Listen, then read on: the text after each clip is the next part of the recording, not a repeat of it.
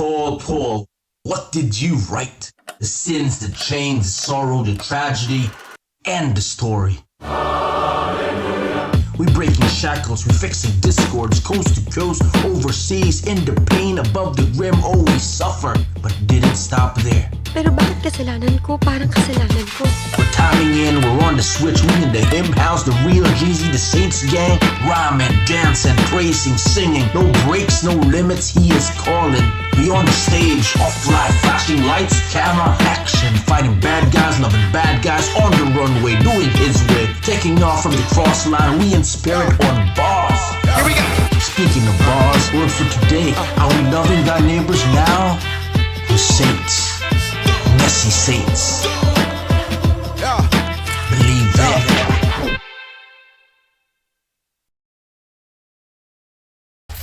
Yay!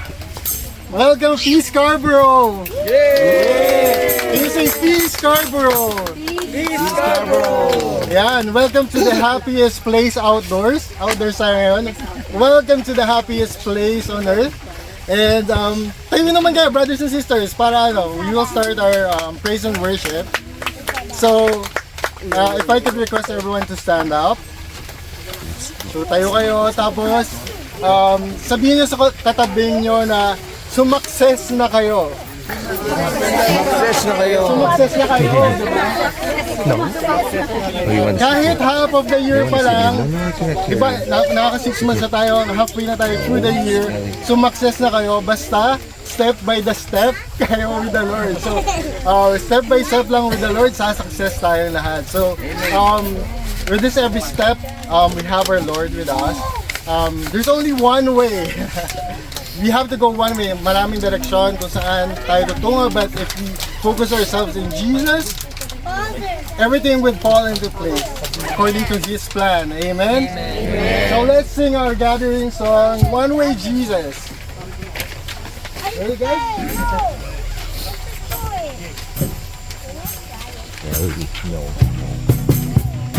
Come on, let's clap our hands.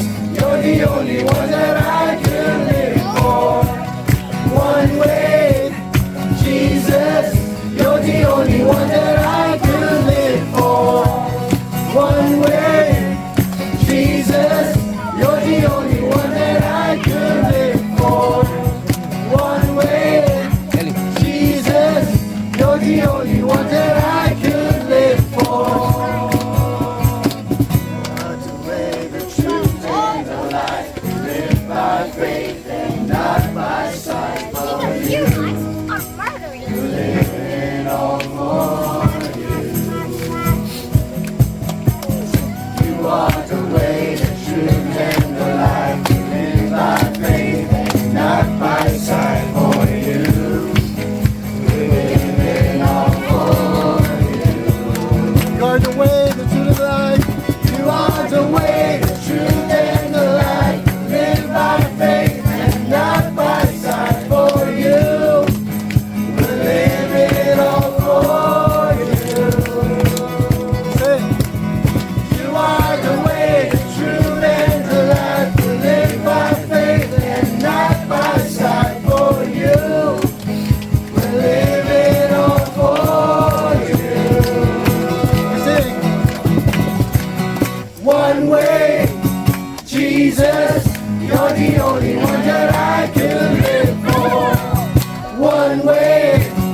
Jesus, you're the only one that I can live for.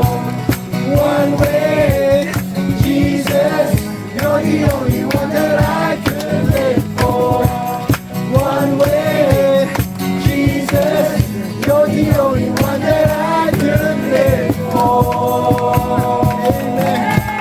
Amen. In the scriptures it says, no one comes through the Father, no one comes through the Father except through Jesus. So, hopefully, maisabuhay natin siya.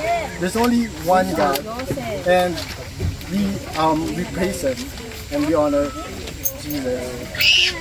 And in our lives, we always pray na, Lord, be with my life, be in my life in every step. Parang, Lord, sana nasa buhay kita every now and then. But,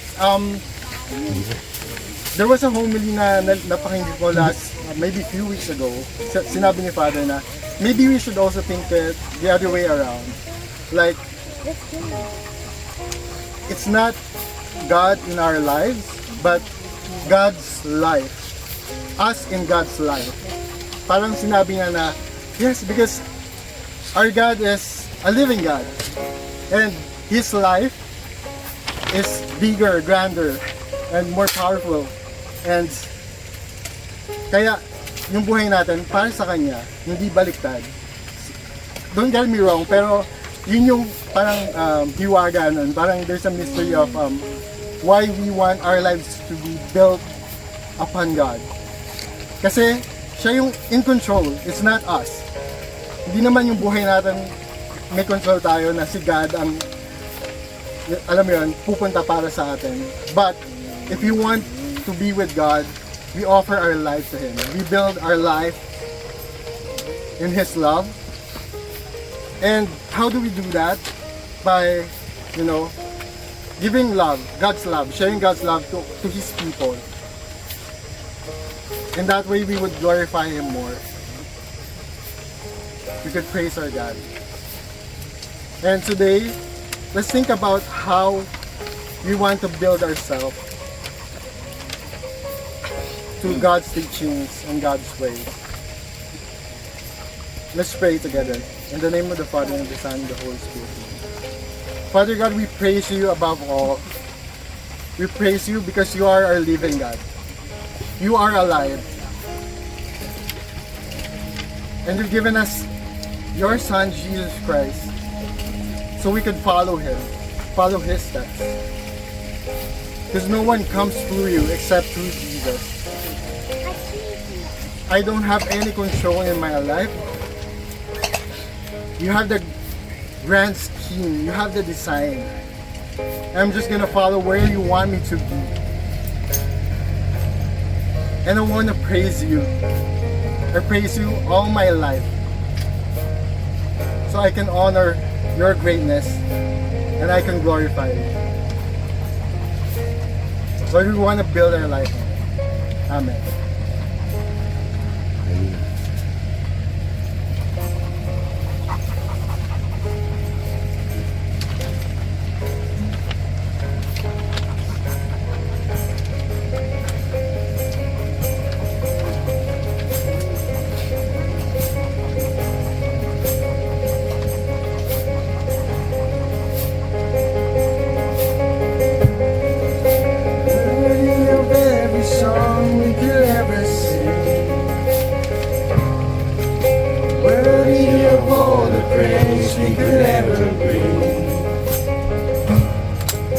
Worthy of every breath we could ever breathe, we live for You,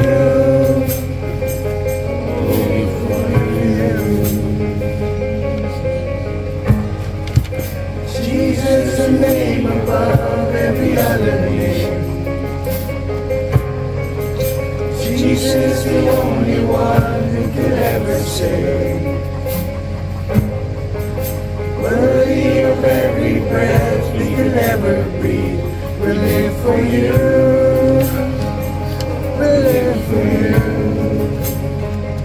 Say, Holy, there is no one like You, there is none beside You.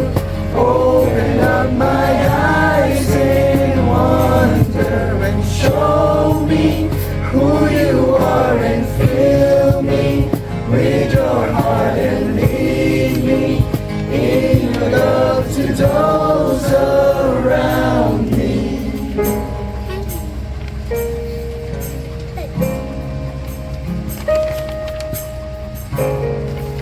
Jesus, the name of today. Jesus, the only one who could ever save. Worthy of every breath we could ever breathe. We live for you. Oh, we live for you. Holy, there is no one like you. There is none beside you. Open up my eyes in wonder. Show me who you are and fill me with your heart and lead me in your love to those around me. We surrender our lives to you, Lord. We give our hearts, we give our minds. I will build my life upon your love. It is a firm foundation. I will put my trust in you alone, and I will not be shaken. I will build my life upon your love. It is a firm foundation. I will put my trust in you alone, and I will not be shaken. Holy, there is no one like you. There is none beside you. Open up my eyes in wonder. Show me who you are and fill me with your heart and lead me in your love to those around me. I will build my life upon your love. It is a firm foundation. I will put my trust in you alone, and I will not be shaken. I will build my life upon your love. It is a firm foundation. I will put my trust in you alone, and I will not be shaken. We offer all our praise to you, our Lord. Let's give our Lord our mightiest clap. Amen.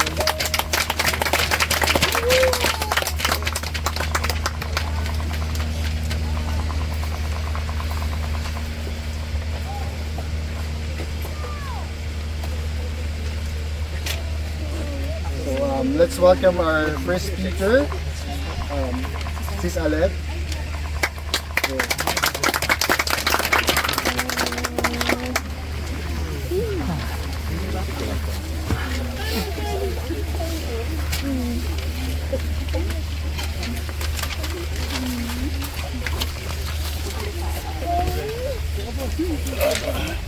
Thank you, Brother Tim, for that powerful worship. So, good afternoon, brothers and sisters. We praise and thank you, Lord, for this beautiful nature, beautiful weather. Even if it's so hot, we are here to relax and to rest, and to avoid the noise in our daily lives in the city. Amen? Like what Jesus did with his disciples, right? He invited them to find peace, to rest under the trees. So can you tell the person beside you, get rest and recharge? So brothers and sisters, get rest and recharge. So brothers and sisters, Let's start with our favorite prayer. May I request everyone to please stand? In the name of the Father, and of the Son, and of the Holy Spirit. Amen. Today, I receive all of God's love for me.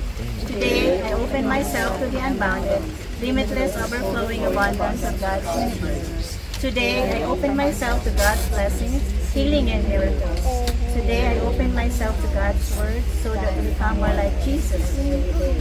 Today, I proclaim that I am God's beloved, I am God's servant, I am God's powerful champion, and because I am blessed, I am blessing the world. In Jesus' name, amen. Let us honor the word of God.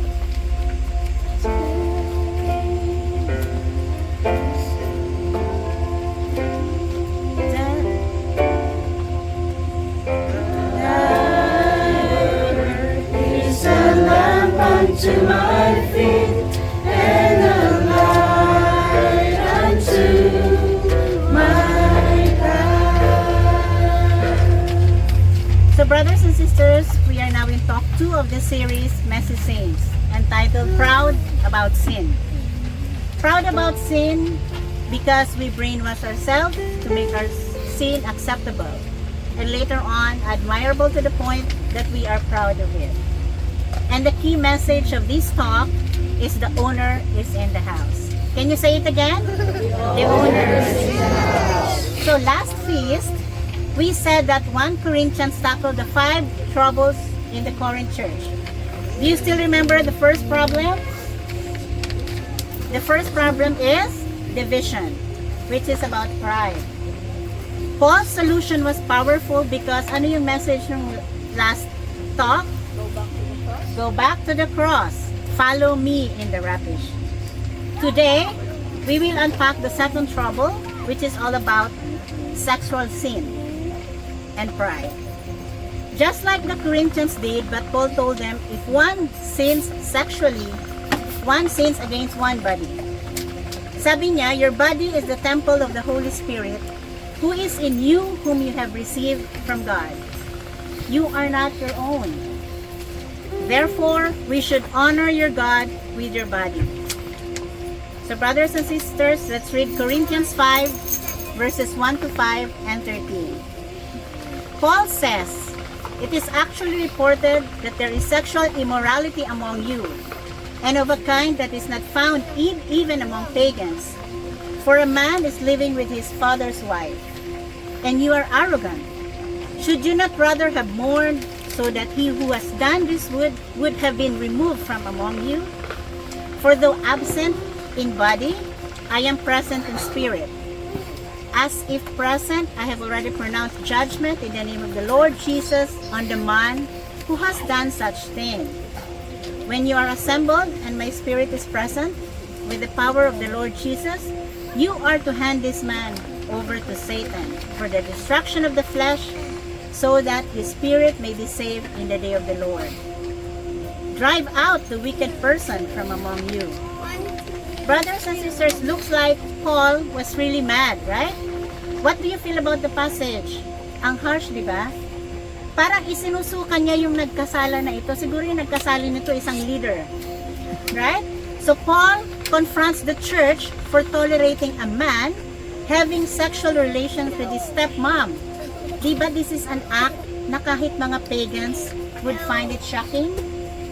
He instruct them na alisin ang taong ito sa fellowship nila, delivering him to Satan, not in a vindictive way, but to bring him to repentance and to save his soul and spirit. So according to the passage, why is Paul telling them to expel the guy? He was even quoting a strong word from Torah. Sabi, you must purge the evil from among you. Ano ibig sabihin ng purge? It means to remove, to cleanse, and the evil among you refers to the sinful practices or the unrepented behavior that harms the community. According sa Deuteronomy yon. But pag grinaps natin yung buong kwento, we will fall into 3 common misconceptions. Hindi ibig sabihin punishment, it's about removing moral corruption that endangers one another. It's about protecting the heart of the community. Diba? Ayaw natin na maisang ganun sa community. Amen? Let us pray, brothers and sisters. Heavenly Father, we pray that you bless us today with humility. Teach us because we may doing something things we are not aware of. Give us clarity to understand your will and gently revere anything that separates us from God. In Jesus' name, amen.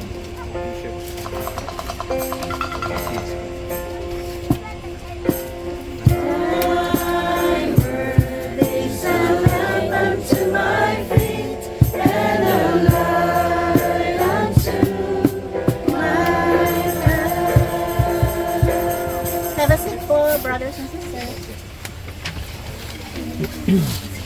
Alright. So, the main topic is sexual sin. So, this case is not about. So, this is not about. We have 3 disclaimers or misconception about this passage, di ba? Napakinggan nyo naman yung passage, parang galit na galit talaga si Paul. First of the case is not about is, this is not about the church judging the unchurched. Hindi ito simbahan na ginajudge natin ang mga makasalanan, right? Pakitingnan nga ang katabi mo, bang judgmental? Yes or no? Sabihin niya sa katabi niyo, do not judge. Wala akong may judge.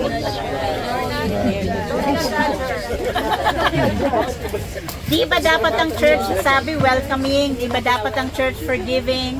Who still remember the table talks? Di ba sabi, you are loved, right? So sabihin mo ulit sa katabi mo, this is for you.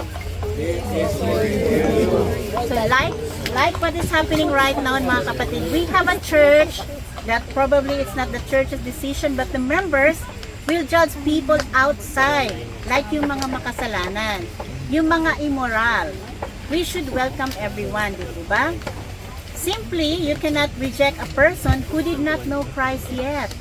We are not responsible for judging non-believers. Ang kausap ni Paul dito, yung mga kilala na si Lord, yung mga feasters na kagaya natin, na matitigas ang ulo, hindi nakikinig. So wag tayong mapanghusga, lalo na sa mga makasalanan. Pero hindi ibig sabihin na kapag kinorek ka, hinuhusgahan ka na. Please do not misinterpret correction as judgment. When someone corrects you, that only means you love that person, you care for that person, but it's not a judgment. Brothers and sisters, do you value the person beside you? Yes. Amen.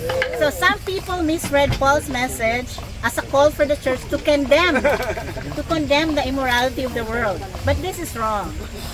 This is the case of a church member, even possibly a leader who committed sexual sin. Siyempre ayaw natin yun. But kasi ang nangyari, he was proud of it. So ang sabi ni Paul, listen to this. For I have to do with judging those outside.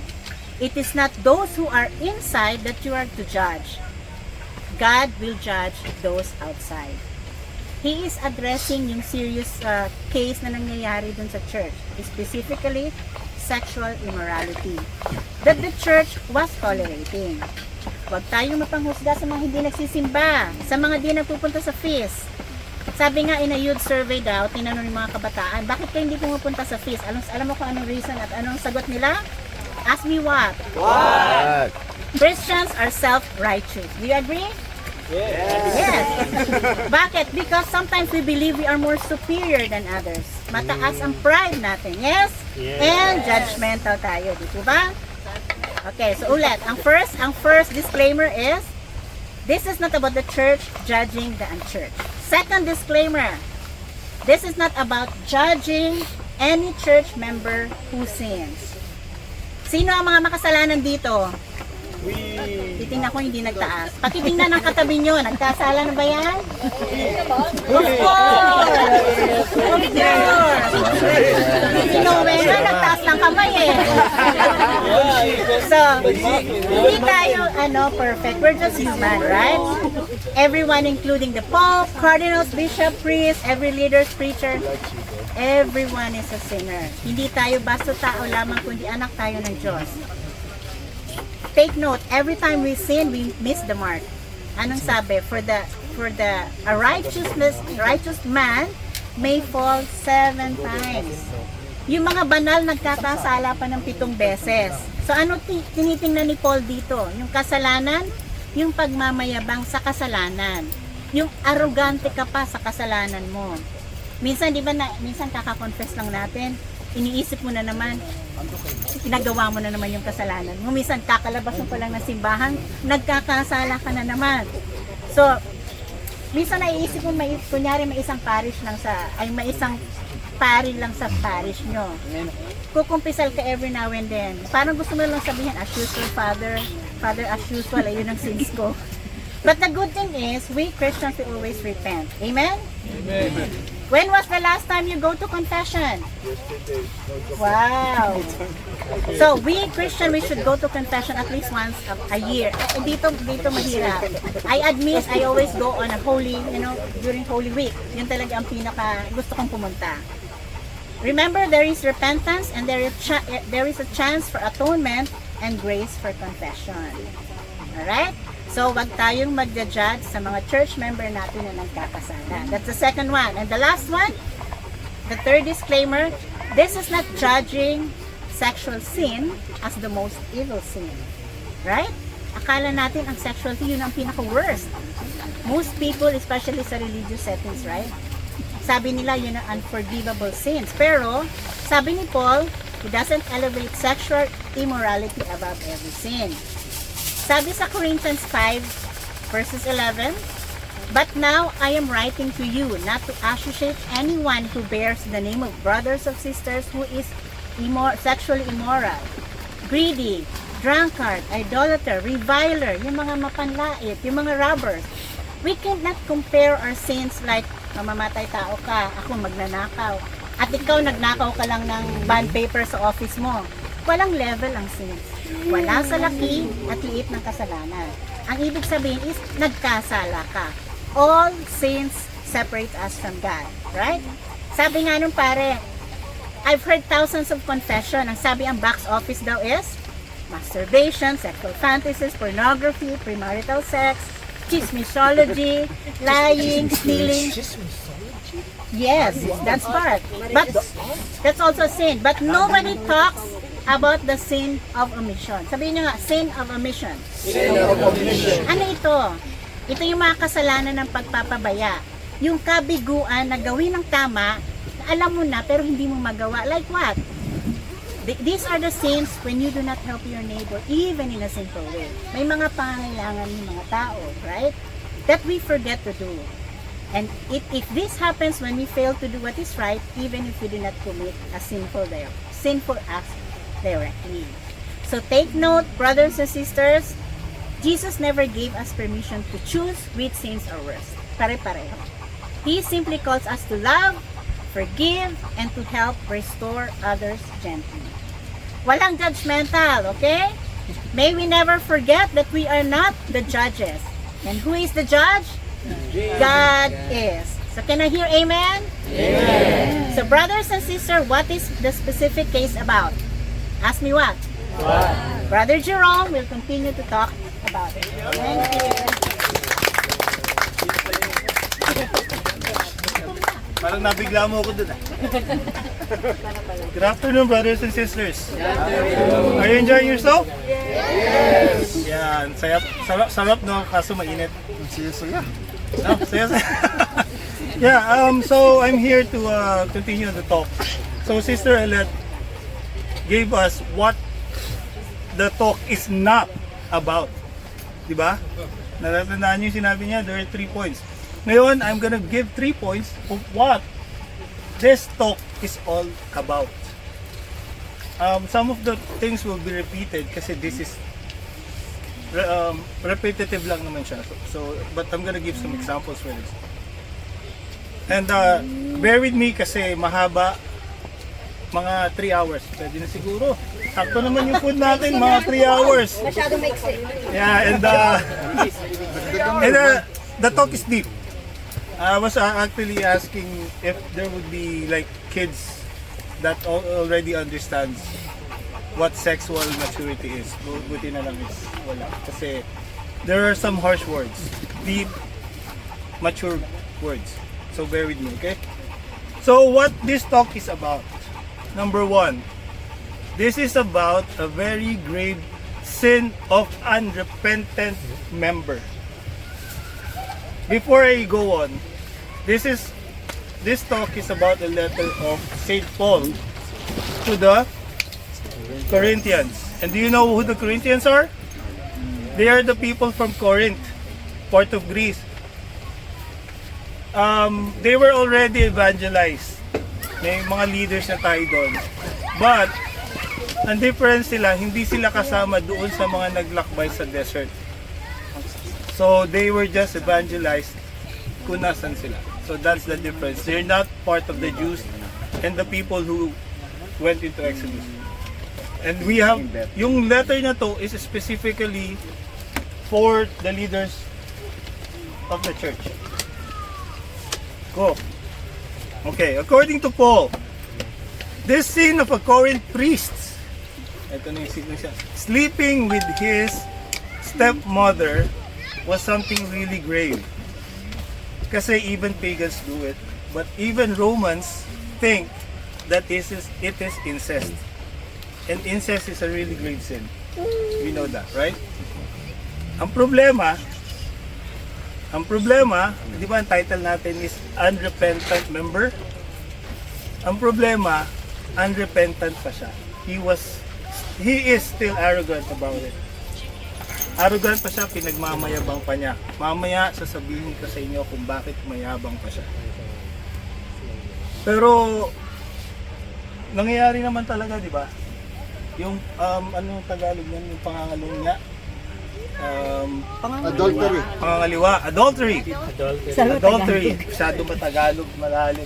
So, nangyayari naman yun eh. So, actually, this talk, I'm gonna use Brother Bo's example.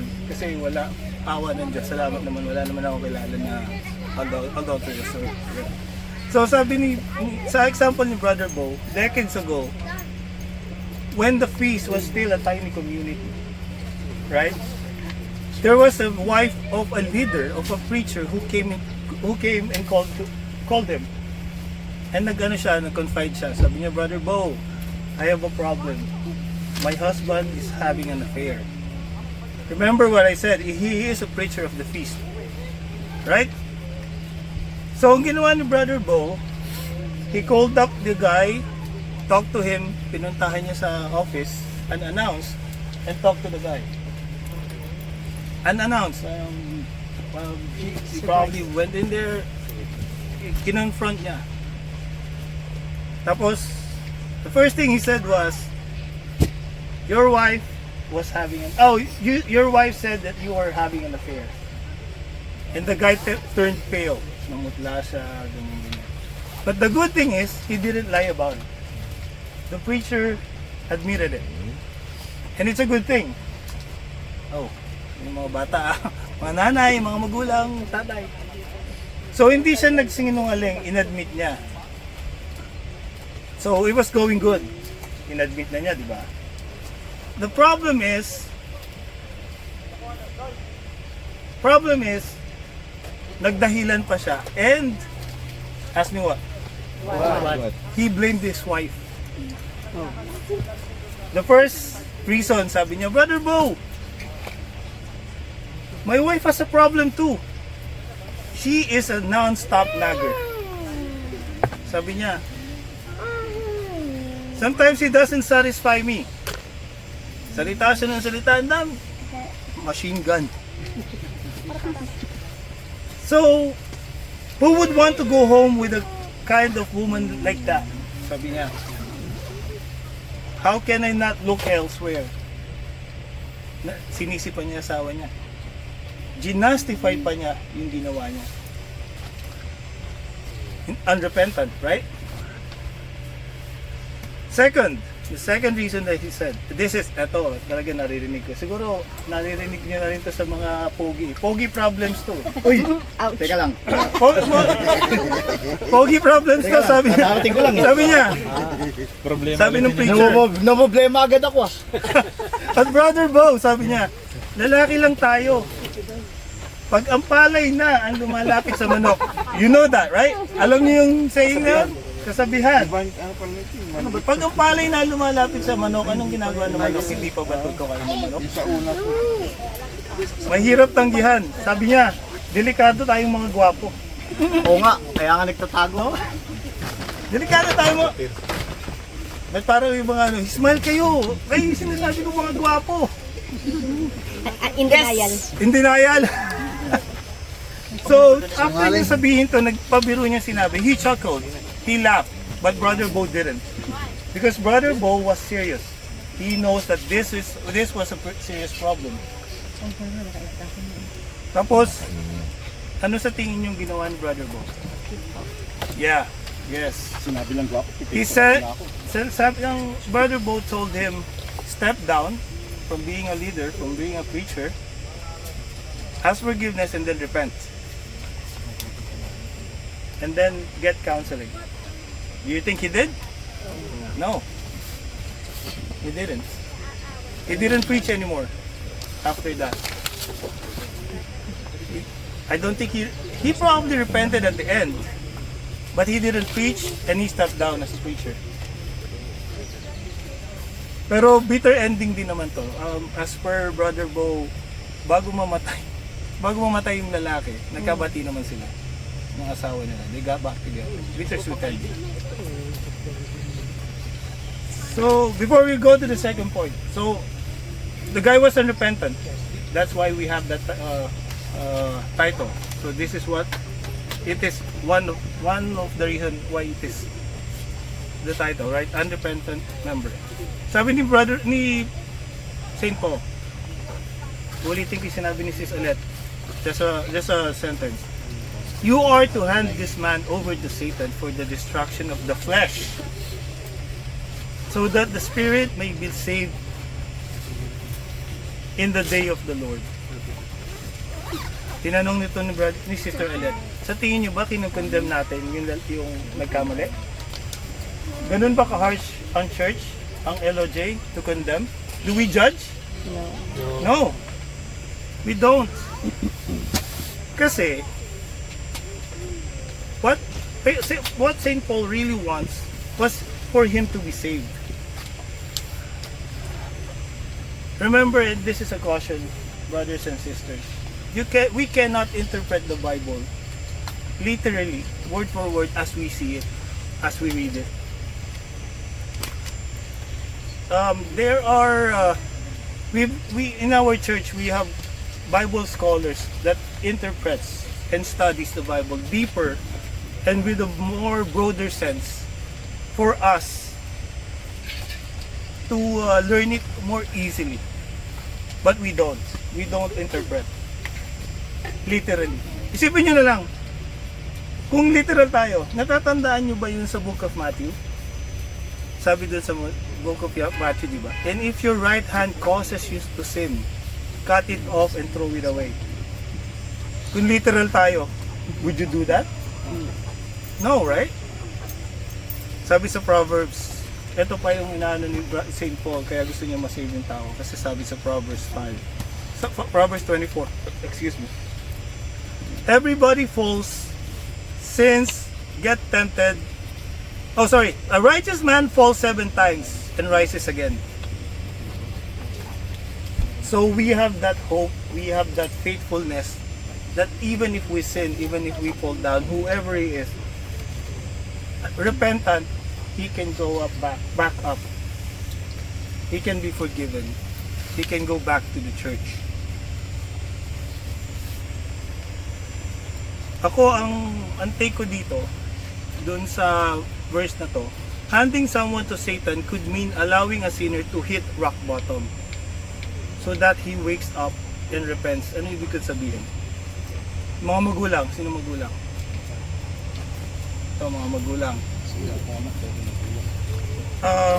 May istorya ako, ang istorya ko, meron akong kakilala, actually pinsan ko, he was an addict, drug addict, I think he was alcoholic, babaero din. Tapos every time, mga halos kaedad ko siya, every time he does something wrong, mahuhuli ng pulis, ikukulong. Dahil may kaya yung magulang, love na love ng nanay at tatay yung bata, not even a couple of hours in the jail, andun na yung mga magulang ilalabas. Every time, they would always bail him out in every whatever thing he does. Up to the point na sinabi namin sa kanya, hindi po ba kayo nasasawa? Siyempre hindi man nasawa, magulang. Ang problema, hindi natututo kasi may sumasalo.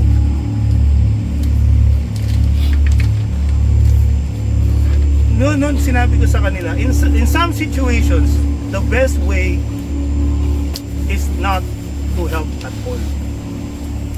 Alam niyo nangyari, nakulong yung pinsan ko, na-rehab. Paglabas niya, matino siya. Naramdaman niya yung hirap eh. Consequences, right? Everything has consequences, especially what we do bad. Yung mga bata, yung mga gumagawa ng assignments, yung ginagawa sa school, pag magulang lagi ang gagawa ng assignment ng bata, hindi matututo ang bata, ang estudyante. Sado lagi. Sabihin ng bata, Mom, I'm so tired. Can you do my assignment for me? Gagawin naman ng nanay, gagawin ng tatay. To the point na masasanay ni bata. Di ba? So sometimes, we should let our children experience hurt, down moments. We should let them fall. So that they learn, they get smart. And with regards to sinning, magkakasala naman tayo. We are all sinners. We always say that. I don't know who debunks that, who says he's not a sinner. Even bata, they sin. The only thing is, we have to repent. And we have to teach our kids to repent. That's the next best thing. Okay, the second, bilisan natin. This is about unrepentant sin that harms the church. Kung yung kanina, yung unrepentant member, ngayon unrepentant sin. Paul explains this. Your boasting is not a good thing. Do you know that a little yeast leavens the whole batch of dough? Clean out the old yeast so that you may be a new batch, as you are unleavened, for Paschal Lamb Christ has been sacrificed. Unrepentant sin, brothers and sisters, is like yeast. It affects the entire dough. And alam niyo yung yeast, who's baking? Yeah, yung yeast, di ba? Konting ano yan, yan yung nagpapaalsa.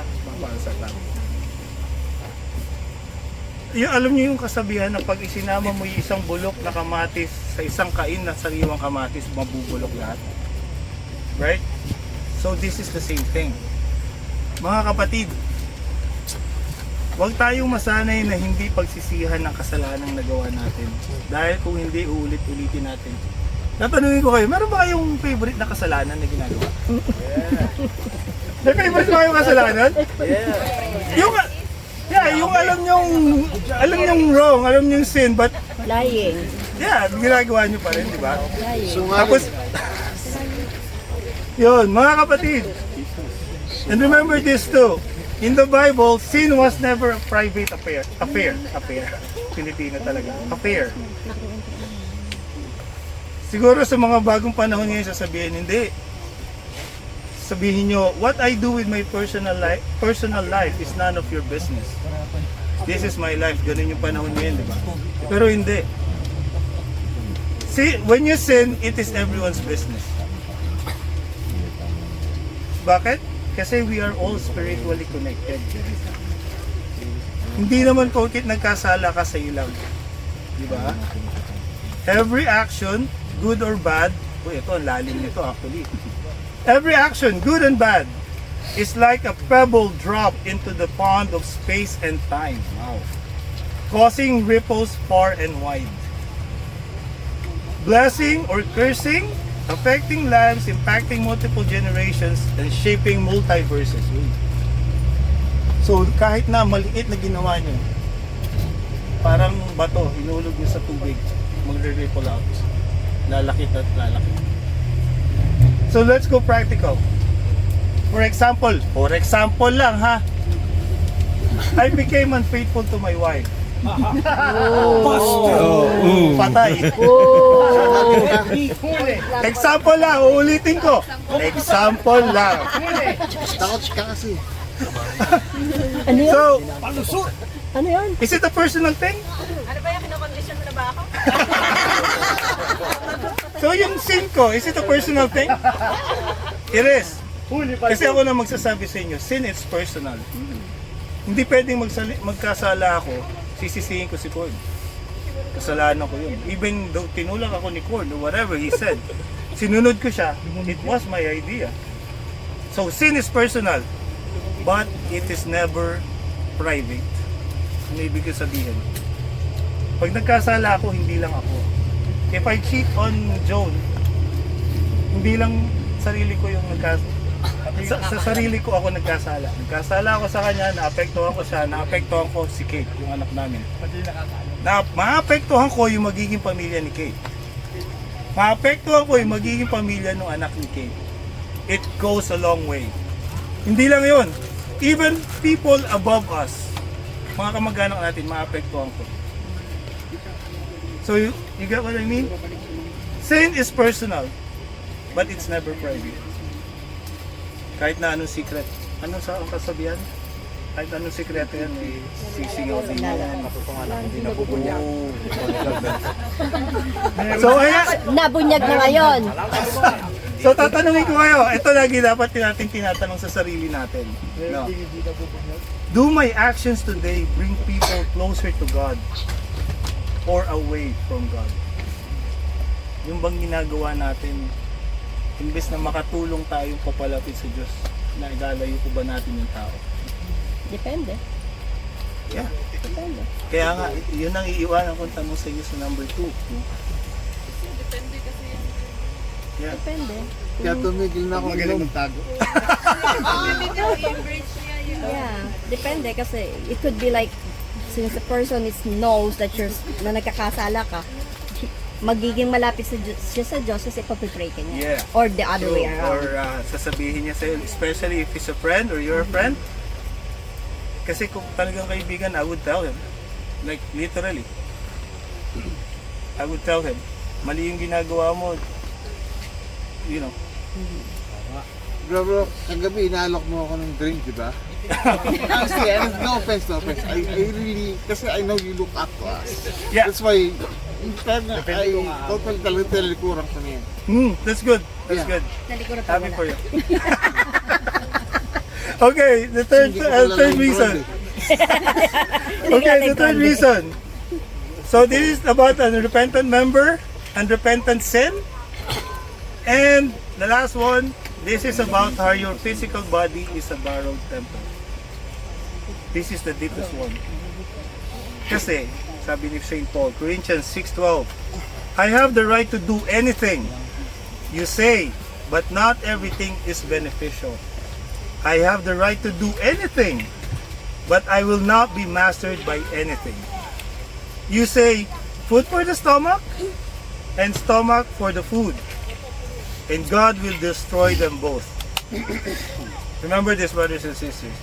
The body, however, is not meant for sexual immorality, but for the Lord, and the Lord for the body. Sabi niyo, alam niyo ba yung mga yung Gnostic teachings? Gnostic. Gnostic. Yes, Gnostic, ito ay esoteric mythical knowledge. Ito yung mga tumatakbo sa isip ng mga Corinthians noon. Naniniwala sila dun sa higher power ay knowledge. Although naniniwala na sila sa Diyos noon, kay Jesus Christ, pero ang belief pa rin nila, there's a mystic knowledge na mas higher. Higher pa rin. So, for some Gnostic salvation didn't come from repentance. Hindi sila naniniwala sa repentance. And this is part of the priest. We're still talking about the priest here. But by achieving enlightenment, grasping a special kind of gnosis, knowledge of a higher wisdom. Sa mga Corinthians, sa priest nun, basta knowledgeable ka, mataas na yung knowledge mo, okay na yun. You're living the life. Pero meron din namang iba na naniniwala na pag naniniwala sila kay Jesus Christ, yun yung knowledge nila. Yun yung higher level of wisdom. So, yung paniniwala na yun, yung Gnostic teaching na yun, yun ngayon naging license ng priest na sabihin na okay lang yung ginagawa niya. So, ano ibig sabihin nito? Di ba yung priest, he was bragging about it? Kasi sa kanila, pride yun, ego. Akala nila, it's good. Remember, Da Vinci Code. Who watched the Da Vinci Code? There was a scene there, yeah. Remember, there was a scene there? May bata. Tagalogin mo na lang. May scene doon na yung head ng church ay nakikipag-do it as a part of ritual. Yun. Kasama yun dun sa knowledge nila, sa Gnostic knowledge nila. Kaya yun, pagka ginagawa nila yun, they believe that the body becomes one. The body is enlightened. The mind is enlightened. So may mga ganung ritual. So yung priest na to, nagpa-brag siya. That's why he was arrogant about it. Which is really wrong. Right? Ngayon, yun yung nagiging justification nila. But don't we do this all the time too? We justify what we are doing wrong. Have you done that? Have you done something which you know is a sin, but you are still justifying it? But justifying, brothers and sisters, ako sasabihin ko sa inyo, justifying what you did, even if it's a sin, doesn't make it not a sin. Kahit may justification tayo, it is still a sin. And sin has to be repented. Bottom line, yung iniisip nila, we trust our thinking more than God. That's what we are doing. Ngayon nagja-justify. But we shouldn't. May tanong ulit ako. Kailan huling nangyari sa inyo to? Kailan kayo nag-sin at ginastify nyo na tama yung ginawa nyo kahit sin? Isipin nyo. And maybe you should repent and ask forgiveness first. Brothers and sisters, your body is important to God. Saint Paul said our bodies. Saint Paul says that on the last day, God will raise up our bodies. Corinthians 6:14. By His power, God raised the Lord from the dead, and He will raise us too. Our physical bodies will be glorified. I have no idea what that looks like, but I'm thinking of transfiguration in Jesus Christ. Bakit sinabi ni Saint Paul to? So that we take care of our body. Ang idea niya, pag ano ba yung Tagalog ng sinamantala? Yung hindi inalagaan yung body na ngayon.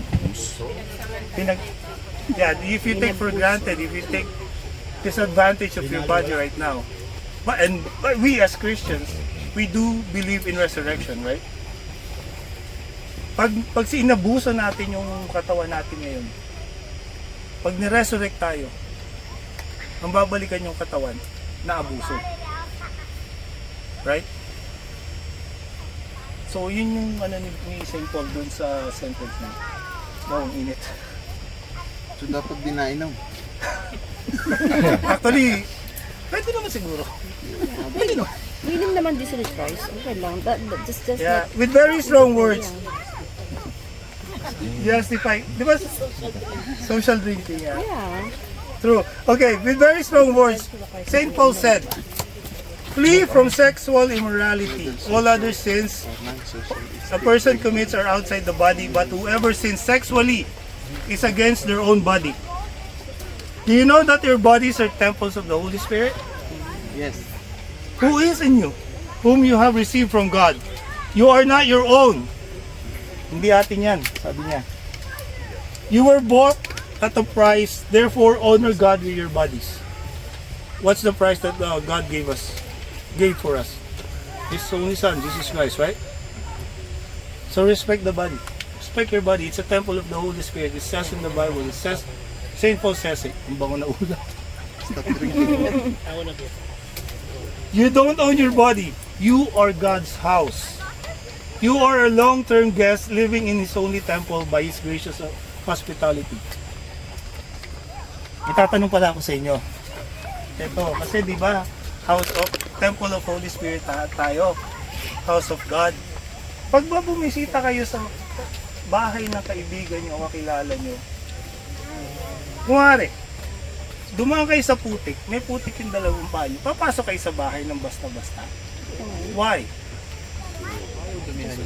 Very good. We don't want the floors or whatever to get dirty, right? Diba? Same thing.